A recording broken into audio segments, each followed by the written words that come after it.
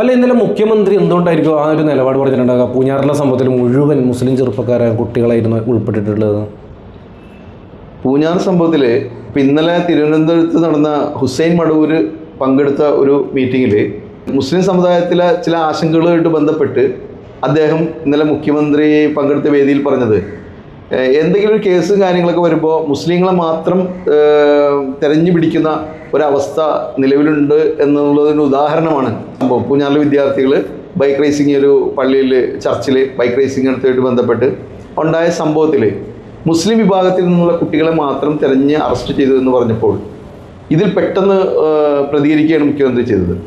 മുഖ്യമന്ത്രി പറഞ്ഞത്, ഹുസൈൻ മടവൂരെ പോലുള്ള ആളുകൾ ഇത്തരത്തിൽ പ്രതികരിക്കാൻ പാടില്ല, കാരണം പൂഞ്ഞാറിൽ നടന്നത് തികഞ്ഞ തെമ്മാടിത്തരമാണെന്നും അതേപോലെ അവിടെ മുസ്ലിം കുട്ടികളെ മാത്രം അറസ്റ്റ് ചെയ്യുകയല്ല ഉണ്ടായത്, അവിടെ 27 കുട്ടികളെ മാത്രം അറസ്റ്റ് ചെയ്തു, ആ 27 കുട്ടികളും മുസ്ലിം കുട്ടികളായിരുന്നു എന്നുള്ള ഒരു സ്റ്റേറ്റ്മെൻറ്റാണ് മുഖ്യമന്ത്രി ഇന്നലെ നടത്തിയത്.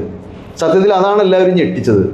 കാരണം അവിടെ നടന്നതൊരു തെമ്മാടിത്തരം എന്ന് പറഞ്ഞ് വിശേഷിപ്പിക്കുന്നതിലും വേണമെങ്കിൽ തെറ്റില്ല. കാരണം ഒരു ആരാധനാലയത്തിൽ അവിടെ കുട്ടികളുടെ കാര്യം +2 പ്രായത്തിലുള്ള ടീനേജിലുള്ള കുട്ടികളുടെ കുരുത്തക്കേടുകളാണെങ്കിൽ കൂടിയും അതിന് വളരെ മോശമായിട്ട് തന്നെയാണ് എല്ലാവരും തന്നെ അംഗീകരിച്ചത്. കാരണം ഒരു ആരാധനത്തിൽ പോയി ചെയ്യേണ്ട കാര്യങ്ങളല്ല ചെയ്തത്. അപ്പോൾ അതിൽ തെമ്മാടിത്തരം എന്ന വാക്ക് ഉപയോഗിച്ചാൽ പോലും തെറ്റില്ല. പക്ഷെ അവിടെ ഗുരുതരമായിട്ടുള്ള പ്രശ്നം എന്ന് വെച്ചിട്ടുണ്ടെങ്കിൽ 27 കുട്ടികളല്ല, അവിടെ 53ഓളം കുട്ടികൾ വിവിധ വാഹനങ്ങളിലും കാറുകളിലുമായി 53 കുട്ടികൾ അവിടെ അന്ന് വന്നിരുന്നു എന്നുള്ളതിന് അവിടുത്തെ ദൃക്സാക്ഷികൾ തന്നെ ആ സംഭവം ഉണ്ടായ ഉടൻ പറഞ്ഞ വീഡിയോ നമുക്കിവിടെ നമ്മൾ കണ്ടതാണ്. ഇന്നോവയുണ്ട്, അതിനകത്ത് 3 പേര് അഡീഷണൽ, അപ്പൊ 43 ആയില്ലേ. 5 ബൈക്ക്, 2 ബത്ത്, 53 പേര് ഏറ്റവും കുറഞ്ഞുണ്ട്. അതേപോലെ തന്നെ ആ സംഭവവുമായി ബന്ധപ്പെട്ട് അവിടെ നടന്ന ഒരു യോഗത്തിൽ കേരള കോൺഗ്രസ് എം ഗ്രൂപ്പിന്റെ ഒരു നേതാവായിട്ടുള്ള അഡ്വക്കേറ്റ് ജെയിംസ്, അദ്ദേഹം എല്ലാവരും കൂടിയിരുന്ന സദസ്സിൽ സംസാരിക്കുന്നതും നമ്മൾ കണ്ടതാണ്. അദ്ദേഹം എന്താണ് പറഞ്ഞത്? ശേഷം ഈ കുട്ടികള് മുസ്ലിം കുട്ടികൾ മാത്രമാണെന്നും ആരും ധരിച്ചിട്ടുണ്ട്, അതും തെറ്റാ. ഇതിൻ്റെ അകത്ത് മുസ്ലിം കുട്ടികളും ക്രിസ്ത്യൻ കുട്ടികളും ഹിന്ദു കുട്ടികളും ഉണ്ട്. ഇതാണ് അറിയാത്തത്. അതിന്റെ എണ്ണവും ഏതാണ്ട് 11 ക്രിസ്ത്യൻ പിള്ളേരും 7ഓളം ഹിന്ദു കുട്ടികളും ബാക്കി 10-18ഓളം മുസ്ലിം പിള്ളേർ. അപ്പോൾ മുസ്ലിം കുട്ടികൾ മാത്രമല്ല, അങ്ങനെ ആരും ധരിക്കരുത്. പിന്നീട് ഇതിൽ നിന്നും പോലീസാണ് 27 കുട്ടികളെ മാത്രം അറസ്റ്റ് ചെയ്യുകയും പോലീസിന്റെ തിരക്കഥ, അതിൽ 10ഓളം കുട്ടികൾ പ്രായപൂർത്തിയാകാത്തവരുണ്ടായിരുന്നു.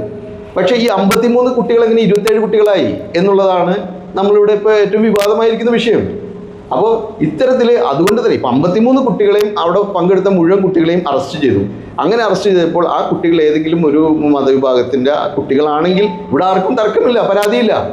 പക്ഷെ പങ്കെടുത്തതിൽ പകുതിയിൽ കുട്ടികളെ അറസ്റ്റ് ചെയ്യുകയും ഇന്നലെ മുഖ്യമന്ത്രി പിണറായി വിജയൻ പോലീസിൻ്റെ ആ ഭാഷ്യം കടമെടുത്തുകൊണ്ട് ആ അറസ്റ്റ് ചെയ്ത കുട്ടികൾ മുഴുവൻ മുസ്ലിം കുട്ടികളായിരുന്നു എന്ന് പറയുമ്പോൾ വളരെ തെറ്റായൊരു സന്ദേശമാണ്, വളരെ നിർഭാഗ്യകരമായൊരു സന്ദേശമാണ് മുഖ്യമന്ത്രി ഇന്നലെ അവിടെ കേരളത്തിനോട് പറഞ്ഞത്. കാരണം കാസ പോലുള്ള തീവ്ര വർഗീയ പ്രചാരകർ ഒരു വശത്ത്, PC ജോർജും കാസയെ പോലുള്ള വർഗീയ തീവ്ര ക്രിസ്ത്യൻ സംഘടനകളും ഇത്തരം കുപ്രചരണങ്ങൾ കുറേ നാളുകളായിട്ട് കേരളത്തിൽ പ്രചരിപ്പിച്ചുകൊണ്ടിരിക്കുകയാണ്.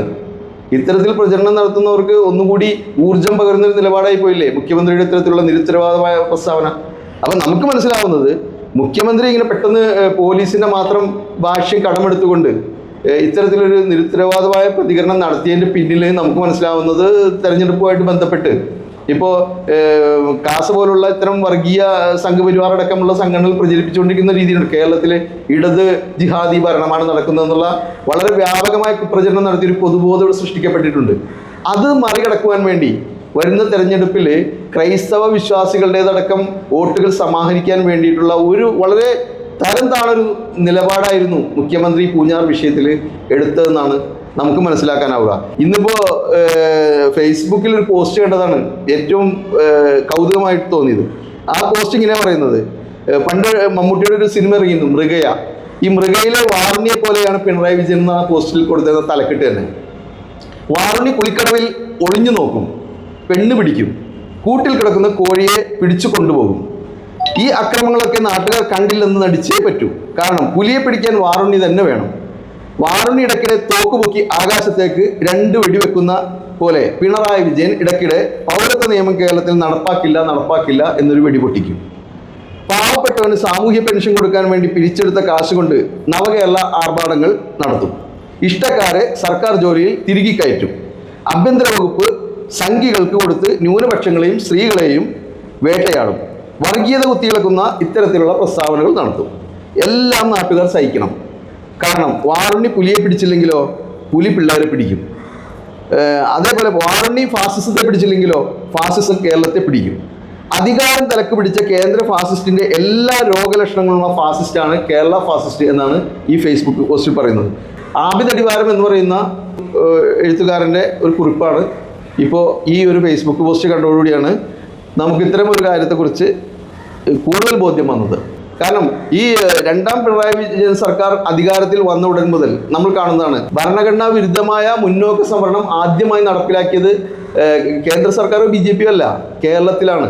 അതിനുശേഷം അത് കണ്ടിട്ടാണ് നരേന്ദ്രമോദി സർക്കാർ പാർലമെന്റിൽ മുന്നോക്ക സംവരണം പാർലമെന്റിൽ നിയമപരമായിട്ട് തന്നെ അത് നടപ്പിലാക്കാൻ അവതരിപ്പിച്ചത്. ഇത്തരത്തിൽ അതേപോലെ പോലീസിന്റെ നയങ്ങൾ നമുക്കറിയാം. പോലീസിന്റെ എല്ലാ നയങ്ങളും തന്നെ സംഘപരിവാറിന് അനുകൂലമായിട്ടുള്ള ഓരോ നയങ്ങളുമാണ് കേരളത്തിൽ നടപ്പാക്കിക്കൊണ്ടിരിക്കുന്നത്. ഇത്തരത്തിൽ നടപ്പാക്കി ഇപ്പോൾ എന്ത് പറ്റിയെന്ന് വെച്ചിട്ടുണ്ടെങ്കിൽ സ്വന്തം സർക്കാരിന് അല്ലെങ്കിൽ സ്വന്തം പാർട്ടിയെ പോലും സംരക്ഷിക്കാൻ പറ്റാത്ത അവസ്ഥയിലേക്ക് ഇന്നത്തെ സർക്കാർ മാറിയിരിക്കുന്ന ഒരു ദുരവസ്ഥയിലാണ് നാം ഇന്നിപ്പോൾ ജീവിക്കുന്നത്.